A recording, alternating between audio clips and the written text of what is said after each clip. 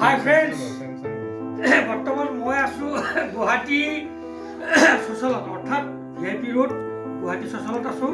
আৰু এই মোৰ ভণ্টি, ডাঙৰ ভণ্টি, ঠিক আছে। মানে কথাটো হ'ল এইটো, আমি আমাৰ কিবা ভাল খবৰ আছে, কালি দেখুৱাম।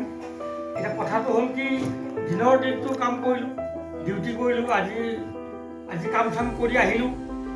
অহাকালি 4th ছেটাৰডে, তাৰপিছত ছানডে, এই 2টা দিন গুৱাহাটীত থাকিম, তাৰপিছত যাম।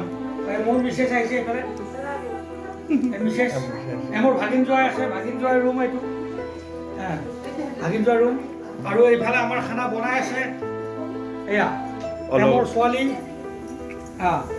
এয়া চব বেংক কৰ্মচাৰী, এয়া মোৰ ভাগিন বেংকৰ কৰ্মচাৰী, SBI কৰে, তাইও নতুনকৈ জইন কৰিছে, ঠিক আছে। মোৰ ছোৱালী আৰু এয়া মোৰ জোৱাই দেখাইছে, এই HDFC-ত কাম কৰে। তেওঁ মানে একদম ঘূৰি থাকে, গোটেই অসমৰ দায়িত্বত আছে, ঘূৰি থাকে।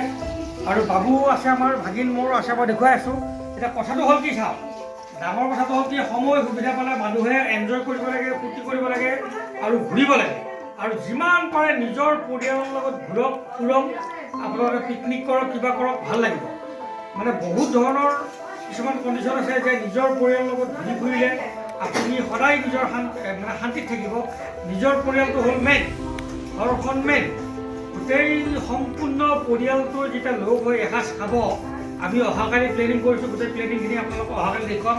কিন্তু আজিৰ কথাটো হ'ল কি, যে আমি গুৱাহাটী পালোঁ আৰু গুৱাহাটী পাই উঠি এই ভিডিঅ'টো বনালোঁ, নিজৰ কামখিনি কৰিলোঁ, যিটো ডিউটি আছিল মোৰ, নিজৰ ডিউটি, চাকৰি ডিউটি কৰিলোঁ, কৰি মেলি শেষ কৰি এতিয়া আহিছোঁ।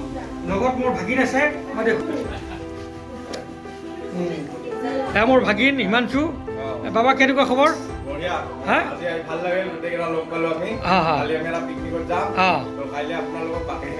ঠিক আছে।